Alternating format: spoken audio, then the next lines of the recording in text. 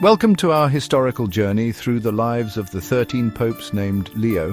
From the Roman Empire to the modern-day Vatican, these leaders have left an indelible mark on the Catholic Church and world history. Over the centuries, the highest position in the Catholic Church, the papacy, has been held by many men, but some names echo louder through the halls of time than others. Join me as we explore the lives of 13 such men, each bearing the name Leo, a name signifying lion. From the waning days of the Roman Empire to the dawn of the 20th century, these 13 leaders, like lions guarding their pride, guided the Catholic Church through periods of immense change, challenge, and triumph. Their stories, intertwined with the very fabric of European history, offer a glimpse into a world grappling with faith, power, and the ever-evolving role of the Church on the world stage. Our story begins in the 5th century, a time when the Roman Empire, once mighty, teetered on the brink of collapse. It is against this backdrop of uncertainty that we meet the first of our Leos, Pope Leo I, later known as Leo the Great. Leo's papacy was marked by crisis, but it was also a time of extraordinary leadership. In 452 AD, the Eternal City itself faced a terrifying threat. Attila the Hun, a ruthless warlord whose name struck fear into the hearts of men, stood poised to sack Rome. It was in this desperate hour that Leo, armed not with the sword but with the strength of his convictions, rode out to meet Attila. The details of their encounter remain shrouded in legend. But one thing is certain, Attila, who had ravaged much of Europe, turned away from Rome, sparing the city from destruction. Leo's courage in the face of seemingly insurmountable odds earned him the respect of his contemporaries and cemented his legacy as a defender of the faith and of Rome itself. But Leo's influence extended far beyond the battlefield. He was a theologian of great intellect, grappling with complex questions of faith in a time of theological upheaval. At the Council of Chalcedon in 451 AD, Leo played a pivotal role in defining the doctrine of Christ's two natures, divine and human, a cornerstone of Christian theology to this day. Leo I, the first pope to be called the Great, left an indelible mark on the Church. He stands as a testament to the power of faith and diplomacy, even in the face of seemingly insurmountable odds. His papacy, though beset by challenges, laid the groundwork for the papacy's evolving role in a rapidly changing world. From the tumultuous 5th century, we move to the latter half of the 7th century, a time of relative stability and consolidation within the Church. It's here we meet Pope Leo II, a man whose legacy is intimately entwined with the power of music. Leo II, a lover of the arts, recognized the profound ability of music to stir the soul and elevate the spirit. During his papacy, he dedicated himself to fostering the development of church music, refining liturgical practices, and ensuring that music played an integral role in worship. His contributions to the development of Gregorian chant, a form of plain chant that would become synonymous with the Catholic Church, were particularly significant. Leo II understood that music could transcend language barriers, communicating the beauty and mystery of faith in a way that words alone could not. But Leo II's papacy was not solely defined by his patronage of the arts. He also played a crucial role in reaffirming church doctrine, confirming the Acts of the Third Council of Constantinople, which had condemned monothelitism, a heresy challenging the Church's understanding of the nature of Christ. Leo II's papacy, though brief, serves as a reminder that even in times of relative peace, the Church must remain vigilant in defending its teachings and in harnessing the power of art to inspire and uplift the faithful. As we turn the page of history to the 8th century, we encounter a pope whose actions would reshape the political landscape of Europe, Pope Leo III. Leo III ascended to the papal throne in a time of great upheaval and political intrigue. The papacy found itself caught in a power struggle between the Byzantine Empire in the east and the rising Frankish kingdom in the west. It is against this backdrop that Leo III made a decision that would have far-reaching consequences. On Christmas Day, 800 AD, in a ceremony of immense symbolic importance, Leo crowned Charlemagne, King of the Franks, as Holy Roman Emperor. This act, pregnant with political and religious significance, forged a powerful alliance between the papacy and the Frankish kingdom, shifting the balance of power in Europe. The coronation of Charlemagne by Leo III marked the beginning of a new era. It laid the foundation for the Holy Roman Empire, an entity that would dominate much of Europe for centuries to come. Leo III's papacy highlights the complex interplay between faith and power, the church and the state. It serves as a stark reminder that the decisions of popes, often made in the crucible of political turmoil, could have reverberations that echoed far beyond the walls of the Vatican. The mid-9th century witnessed the papacy of Leo IV, a man whose legacy is entwined with the very stones of Rome. Leo's reign took place during a time when the Eternal City faced a new and terrifying threat: raids by Saracens, Arab armies who had swept across North Africa and now threatened the heart of Christendom. In response to this growing danger, Leo IV embarked on an ambitious building program, fortifying the Vatican Hill and surrounding areas to protect Rome from attack. His most enduring contribution to the cityscape is the Leonine City, a walled district encompassing the Vatican Hill, named in his honor.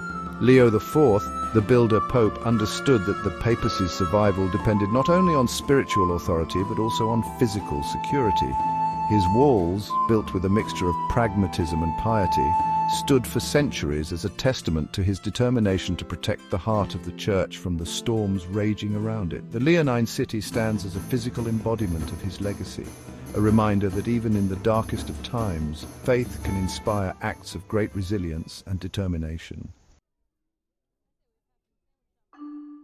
Our journey through the lives of the Leos now takes us to the year 903 and the papacy of Leo V.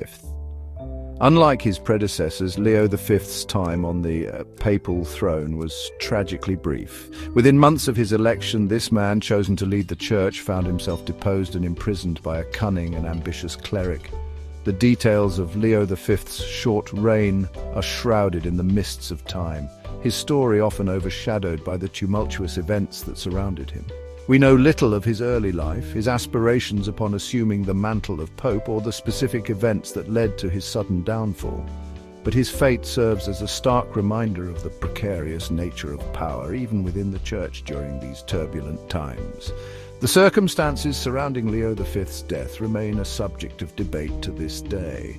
Some historians believe he died in prison, his life cut short by his successor, while others speculate he may have met a more violent end. Whatever the truth, Leo V's story serves as a cautionary tale, a reminder of the fragility of power and the ever-present threat of ambition and intrigue, even within the Holy City. The papacy of Leo VI, who assumed the mantle of leadership in 928, stands as one of the most enigmatic periods in papal history. His reign, like that of his predecessor Leo V, was frustratingly brief, lasting a mere 7 months. The scarcity of historical records from this era has left historians grappling with more questions than answers about Leo VI's life and papacy.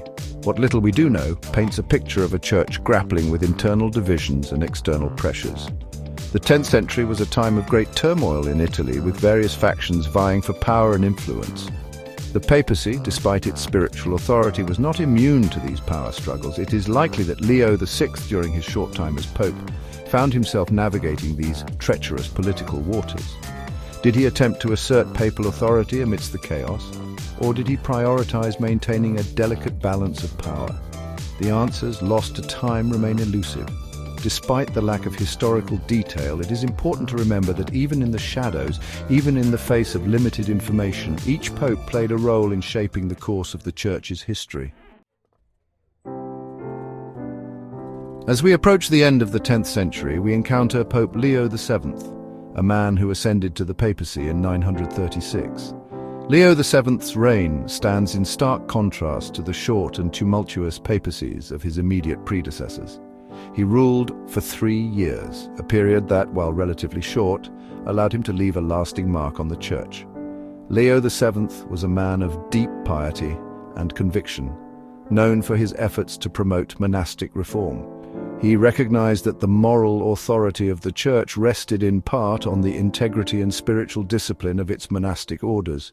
He worked tirelessly to root out corruption and laxity within monasteries, striving to restore them to their rightful place as centers of learning, prayer, and spiritual guidance. Beyond his focus on monastic reform, Leo VII distinguished himself as a skilled diplomat. Italy in the 10th century remained a land riven by conflict, with various factions vying for control. Leo VII, recognizing the importance of peace and stability for the Church to flourish, used his position to mediate disputes and foster reconciliation between warring parties. His efforts, though often challenging, helped to create a more peaceful environment in which the Church could pursue its mission. Our journey now leads us to the year 964 and the papacy of Leo VIII, a man whose time on the throne of St. Peter was marked by controversy and political maneuvering. Leo VIII's election was orchestrated by the Holy Roman Emperor Otto I, who sought to exert greater control over the papacy. This interference in church affairs ignited a firestorm of opposition, with some factions refusing to recognize Leo VIII as the legitimate pope. The ensuing power struggle plunged the church into turmoil, highlighting the ongoing tension between secular rulers and the papacy's claim to spiritual authority. Leo VIII found himself caught in the middle of this tug-of-war, his legitimacy challenged by those who viewed him as a puppet of the emperor. Despite the controversy surrounding his election, Leo VIII remained pope for several years. During his time in office, he sought to address issues of simony and clerical marriage, abuses that had crept into the church. However, the cloud of suspicion surrounding his legitimacy continued to cast a shadow over his papacy. As we enter the 11th century, we encounter a pope who would play a pivotal role in shaping the course of church history, Pope Leo IX, who assumed the mantle of leadership in 1049. Leo IX was a man of deep faith and unwavering conviction, determined to reform the church and restore it to its former glory. At the time of Leo IX's election, the church faced a number of challenges, including simony, the buying and selling of church offices, and clerical marriage, both of which undermined the church's moral authority. Leo IX, appalled by these abuses, launched a series of reforms aimed at eradicating these practices and restoring the church's spiritual integrity. He traveled tirelessly throughout Europe, convening councils and issuing decrees that sought to uphold the church's teachings and enforce stricter discipline among the clergy. Leo IX's reforms, while controversial in some quarters, had a profound impact on the church, helping to pave the way for a period of renewed spiritual vigor. However, his papacy was also marked by a momentous event that would have far-reaching consequences, the Great Schism of 1054. A complex series of theological and political disputes culminating in mutual excommunications between the Pope and the Patriarch of Constantinople led to a permanent rift between the Roman Catholic Church in the West and the Eastern Orthodox Church in the East, a division that continues to this day. Our journey through the lives of the Leos now brings us to the heart of the Renaissance, a period of great artistic, cultural, and intellectual flourishing. It is here we meet Pope Leo X, a man whose papacy, though marked by both grandeur and controversy, would leave an indelible mark on the Church and the world. Ascending to the papacy in 1513, Leo X, a scion of the powerful Medici family, was a true child of the Renaissance, a man of discerning taste, a patron of the arts, and a scholar in his own right. Under his patronage, Rome witnessed a golden age. Artists such as Raphael and Michelangelo flocked to the Eternal City, commissioned by the Pope to adorn its churches and palaces with works of breathtaking beauty. St. Peter's Basilica, the grandest church in Christendom, began to take shape under Leo X's watchful eye, a testament to the artistic spirit of the age. But Leo X's papacy was not without its shadows. To finance his ambitious artistic projects and the lavish lifestyle to which he had become accustomed, Leo X resorted to the controversial practice of selling indulgences, certificates believed to reduce the temporal punishment for sins. This practice, widely seen as corrupt, sparked outrage among some within the church, most notably a German monk named Martin Luther. Luther's challenge to the church's authority over the matter of salvation ignited the Protestant Reformation, a movement that would shatter the religious unity of Europe and lead to centuries of conflict and division. Leo X's papacy, though synonymous with the grandeur of the Renaissance, also stands as a cautionary tale, a reminder that even in times of great artistic and cultural achievement, the Church must never lose sight of its spiritual core.